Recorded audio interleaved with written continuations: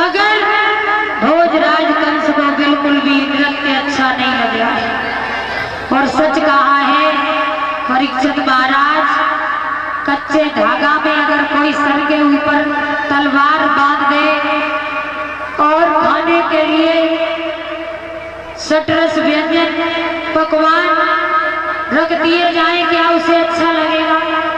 कच्चे धागा में तलवार कर टूट करके खात्मा करते, पता नहीं। आज भोजराज कंस बड़ा परेशान है। जिस प्राणी को ये मालूम हो कि मेरा काल पैदा हो चुका है, क्या उसे कुछ दिखाई देगा? क्या कुछ अच्छा लगेगा? भोजराज कंस बड़ा ही बेचैन है। तब तक क्या हुआ, देव ऋषि नारद का पदार्पण हो गया उसी मथुरा नगरी में।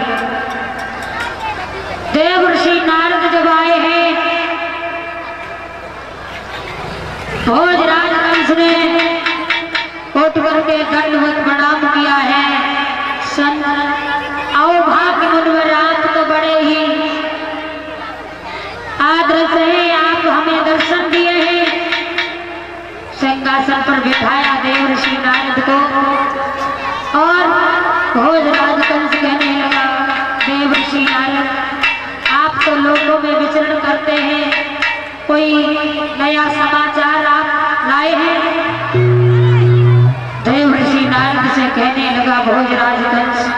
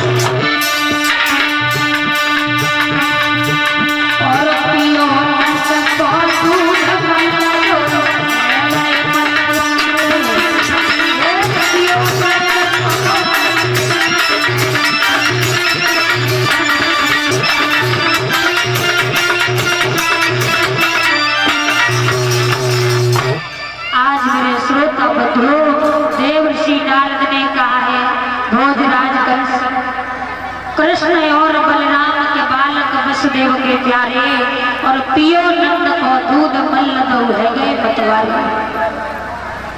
तुम्हें नहीं मालूम है, तुम तो यहाँ नाच गानाओं में लगे हो, मगर वो ग्वाल गमार बड़े ही हष्ट-पुष्ट हो गए हैं।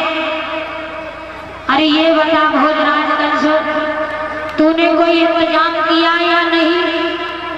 भोजराज कंस कहने लगा, बाबा क्या बताएं,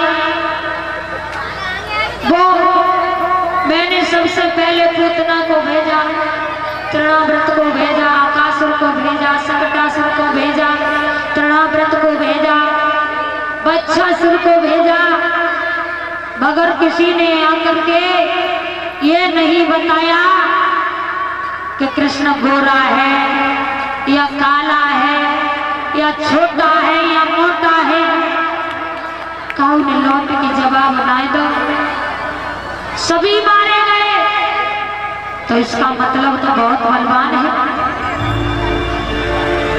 देवर्षि नारद, हमने तो तुम्हें बहुत बड़ा बलवान समझा, छत्री समझा, मगर आज हमें मालूम पड़ा है कि तुम तो बहुत बड़े गीदड़ हो।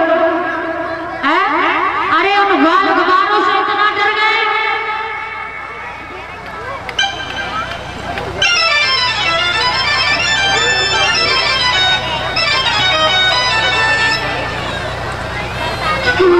कहा उन बाल गमारों से इतना डर गए तुम?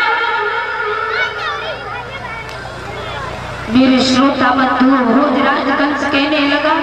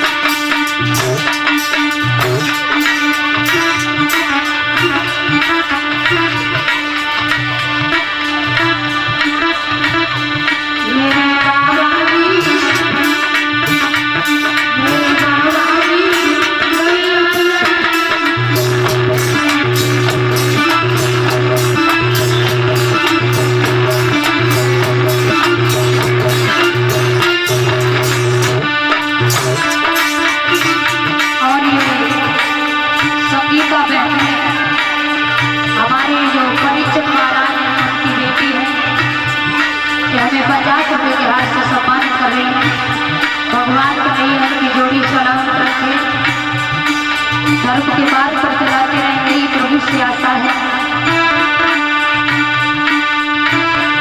मेरे बाबा जी, मेरे बाबा जी गैया चराई,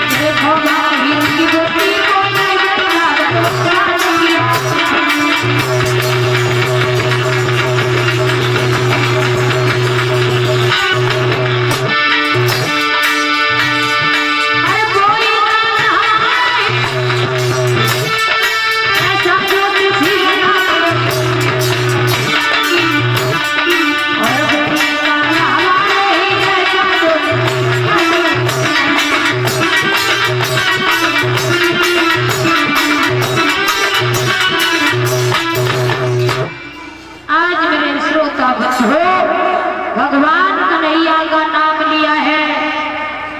नारद जी कहने लगे, हम तो समझ रहे थे तुम बहुत बड़े बलवान हो, कि निशाने पर लगे जाकर उसी को तीर कहते हैं।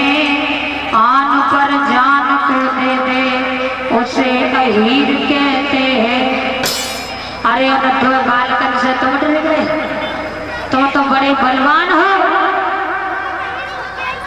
भगवान कन्हैया से तुम डर गए, क्या करें प्रभु। अब तो बहुत बड़े रईस हो गए। जाके बाबा ने कालो कमर ओढ़ के गैया चराई, जाकी मैया यशोदा बेच बेच मट्ठा दई, ब्रज में बूढ़ी हो गई। अब तो बहुत बड़े रईस हैं, वो हमें धमकी दे रहे हैं। देवर्षि नारद ने कही, इतने बालकन से तुम डर गए, एक काम करो, क्या ऐसा करो, एक पत्र लिखो और वह पत्र में ये लिखो कि बाबा नंद सभी यादवों सहित हम भक्ति में डाल देंगे। अगर हमारे पास 1000 नीलकमल के पुष्पकाली जैसे नहीं आए तो हम सभी यादवों सहित कृष्ण और बलराम को केंद्र में डाल देंगे। लिखो अपने सामने पत्र। आज भोजराज कंस ने पत्र को लिखा और पत्र लिख करके बाबा नंद के लिए भिजवा दिया। जब बाबा नंद के लिए पत्र को भिजवाया है, बाबा नंद ने जब पत्र को पढ़ा है, हाय बाबा नंद रोने लगे। अब क्या करें, काली देवे तो काली नाग रहता है, काली जैसे भला कौन फूल ला सकता है। फूल लाएगा वो मर के आएगा, फूल भी नहीं आ पाएंगे।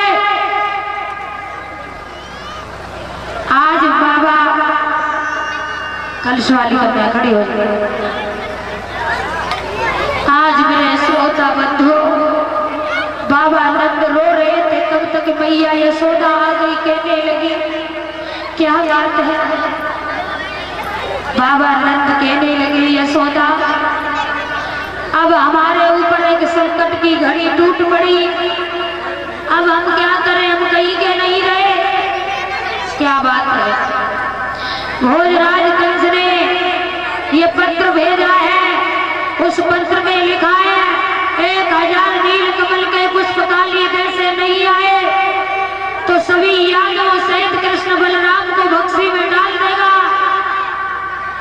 हाय मैया यशोदा ने जब इतने शब्द सुने, पेट को पकड़ के बैठ गई, रोवन लगी। तब तक भगवान कन्हैया आ गए, कहने लगे मैया, अरे मैया मुझे माखन रोटी दे के भूख लगी है बड़ी जोर से।